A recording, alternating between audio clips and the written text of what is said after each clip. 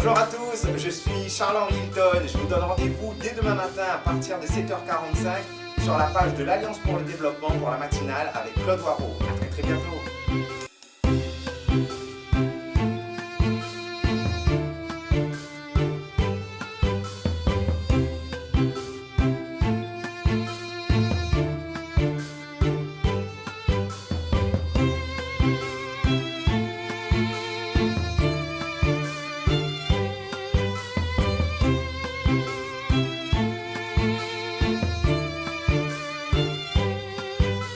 Bonjour à tous et bienvenue sur la page de l'Alliance pour le développement pour ce matin, cette nouvelle matinale avec Claude Waro. Bonjour Claude Waro. Bonjour. Bonjour, alors Claude Waro, pouvez-vous nous dire on est quel jour s'il vous plaît? Bah écoutez, je ne crois pas me tromper en disant que nous sommes le jour de la fête des mères. Exactement, et ce jour évoque-t-il quelque chose de particulier pour vous? Bah écoutez, lorsque, comme ce fut mon cas, son père a 7 ans et sa mère a 12 ans, on reste constamment attaché à ce que l'on n'a pas eu. C'est pour cela que la fête des mères, c'est quelque chose de très fort pour moi. Bien entendu, je pense à mes parents. Et c'est aussi pour ça que je suis attentif à ce que les mères de famille de Saint-Louis, de la Rivière, de la Réunion tout entière, soient dignement honorées par leurs enfants. Parce que nous savons, moi je sais, ce que j'ai perdu. Et je comprends aussi la sensibilité de toutes ces familles qui font de la fête des mères un grand jour de l'année. J'ai apporté la preuve de cela. Lorsque j'étais maire de nombreuses années, toutes les fêtes des mères étaient l'occasion d'honorer les mamans de Saint-Louis et de la Rivière. Des distributions de cadeaux faites au domicile des mamans, sans chercher à savoir qui était qui. C'était justement pour entretenir ce lien affectif essentiel entre la population et toutes les mamans. Donc, aujourd'hui, comme chaque année, à toutes les mamans de la Réunion, de la Rivière et de Saint-Louis en particulier, je souhaite une bonne fête des mères. Merci beaucoup Claude Waro et bien sûr nous souhaitons bien évidemment une bonne fête à toutes les mamans de l'île de la Réunion, de Saint-Louis en particulier, et bien sûr à celle qui est dans mon cœur, ma maman à moi. Claude Waro, hier nous avons parlé de l'union réalisée autour de l'alliance de toutes les forces de progrès que connaît Saint-Louis et qui était présente au premier tour. Pouvez-vous nous dire sur quoi apporter les négociations avec les partenaires, notamment le peuple de Philippe Ngama? Est-ce qu'il y a eu des négociations pour des post-bordages, comme en disent certains, ou des négociations sur le programme? Écoutez, j'ai entendu quelqu'un qui critiquait le fait que des candidats qui étaient opposés au premier tour se retrouvaient ensemble. J'avais cru comprendre qu'elle avait fait de hautes études politiques. Ça aurait dû l'amener à se souvenir que le principe républicain qui prévaut aujourd'hui en France depuis de très nombreuses années, c'est qu'au premier tour, on choisit, au deuxième tour, on élimine. Et qu'il faut par conséquent que des regroupements s'opèrent sur des convictions communes entre les candidats du premier tour. Je cite un exemple. À Bordeaux, la République en marche et les Républicains se mettent ensemble pour empêcher la victoire de candidats de gauche écologistes. À Marseille, toute la gauche se met ensemble pour essayer de reconquérir la ville de Marseille. On ne va pas leur dire que c'est des arrangements derrière la cuisine. Ça fait partie de la règle. D'accord ?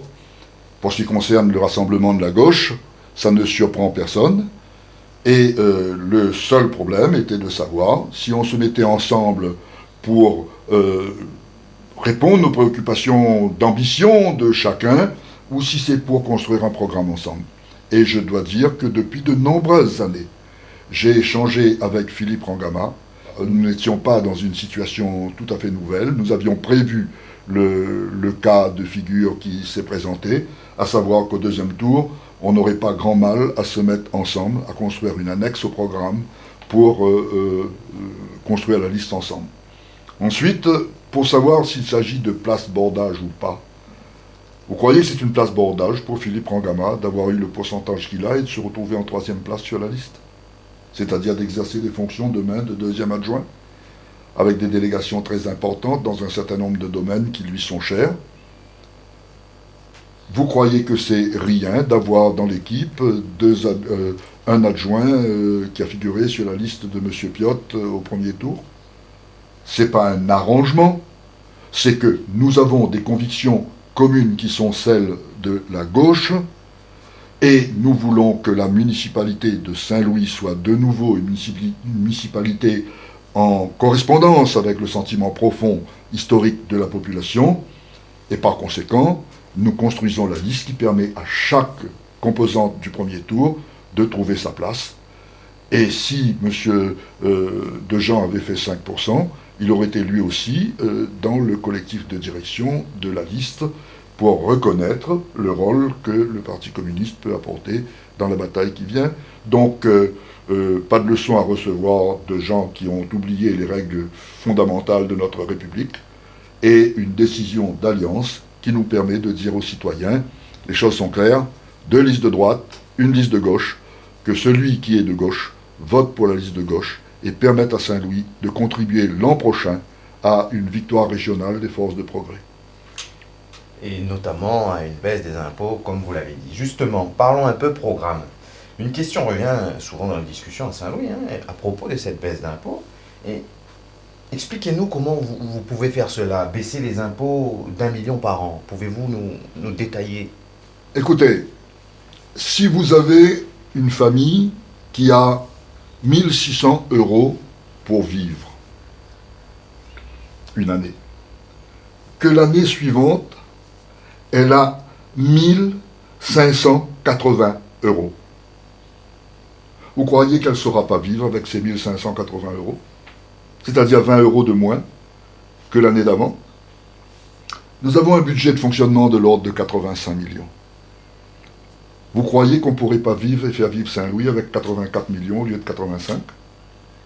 Mais si on tire 1 million d'impôts sur 37 millions de recettes d'impôts, ça restitue à une population qui a été agressée par l'augmentation massive des impôts au cours de ces dernières années.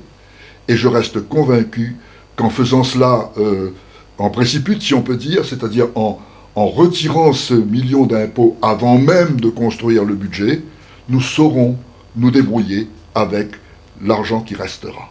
Donc, c'est une volonté politique. Tant que l'on avait un déficit à combler, on prenait une part des recettes chaque année pour combler le déficit, 2 millions, 3 millions. À partir du moment où il n'y a plus de déficit, ces 2-3 millions sont disponibles. Et on peut donc soustraire 1 million pour baisser les impôts. Ce n'est pas, absolument pas impossible, c'est même quelque chose de relativement faisable.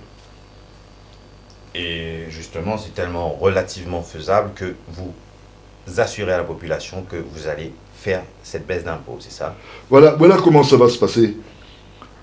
Dès que nous engagerons des discussions avec des services fiscaux, nous leur dirons, écoutez, l'an dernier, nous avons eu X millions. Alors, prenons un exemple, 2018, 37 millions d'impôts. Eh bien, cette année, faites ce qu'il faut pour que nous ayons 36 millions. La population payera 1 million de moins. Nous recevrons 1 million de moins de la part des services fiscaux. Et nous construirons notre budget avec 1 million de moins. D'accord. Pour aujourd'hui, Claude Warreau, nous finirons par une question d'actualité, si vous le voulez bien.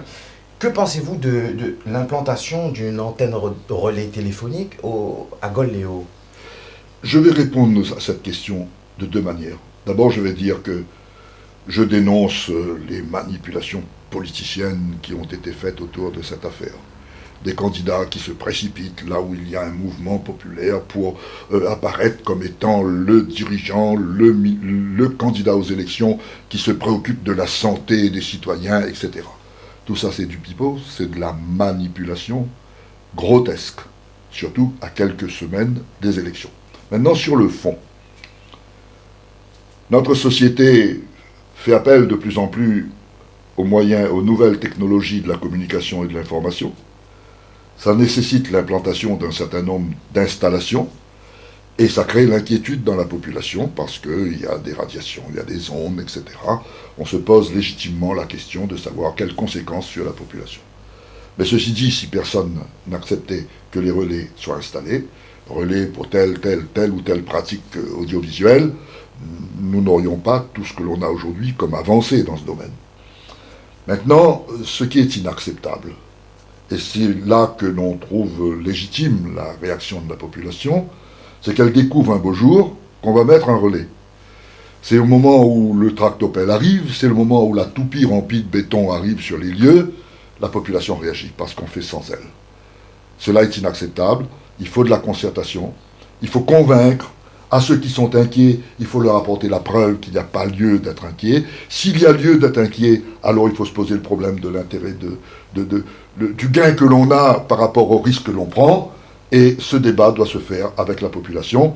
C'est pour cela que nous avons prévu dans notre programme une part importante de ce qu'on appelle le développement de la démocratie participative, à savoir que rien de ce qui concerne un quartier en bien, en moins bien ou en mal ne peut se faire sans débat avec la population.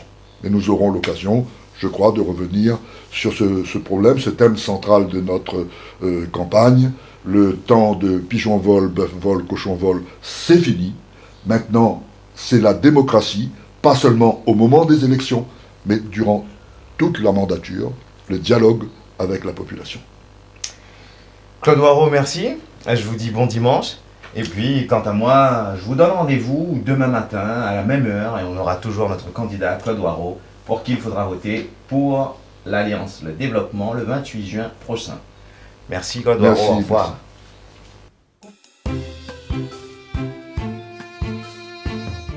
Bonjour à tous, je suis Charles-Henri Hilton et je vous donne rendez-vous dès demain matin à partir de 7h45 sur la page de l'Alliance pour le développement pour la matinale avec Claude Waro. À très bientôt.